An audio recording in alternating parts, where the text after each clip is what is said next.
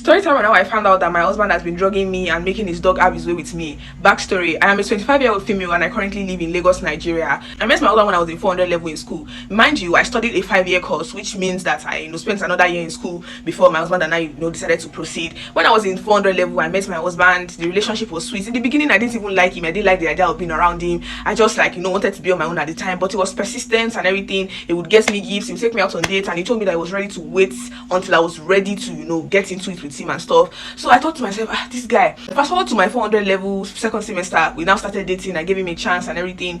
Throughout my 500 level, I was the talk of the town. Everybody wanted to be like me because this guy was taking very good care of me. But one thing I noticed about my husband is that he told me that he doesn't want to touch me, like he doesn't want us to have sex, that he wants the relationship to just be like sexless, that because he feels like sex used to ruin things, that we should just kick it down a notch, that we should not have sex and everything. So I thought this is very weird, and it was like, oh, that I can use vibrators and stuff, and I was using those things, and to be honest, I was sexually satisfied because it was like, oh, he's a Christian, and that he wouldn't want to ruin like the religious thing for him, so we should just keep it till the marriage time. So fast forward to my sign out period now. This guy showed up with flowers, he showed up with everything, and he popped the question right in front of everybody: are you going to marry me, or will you marry me? And I was so happy. I told him yes, although I was not ready and I didn't know he was going to do it at that time because I was just graduating. I didn't even know what I wanted to do next, and I didn't think it was going to be marriage, but like we were in a very serious relationship. So this relationship continued and everything. We got engaged for like 2 months. We started planning the wedding. I met his parents, I met his friends, I met everybody. They were so nice to me. He comes from a very average family, but this guy is actually very loaded because he spends on me, and he was telling me that like after our marriage he just wants to buy me like a car and everything.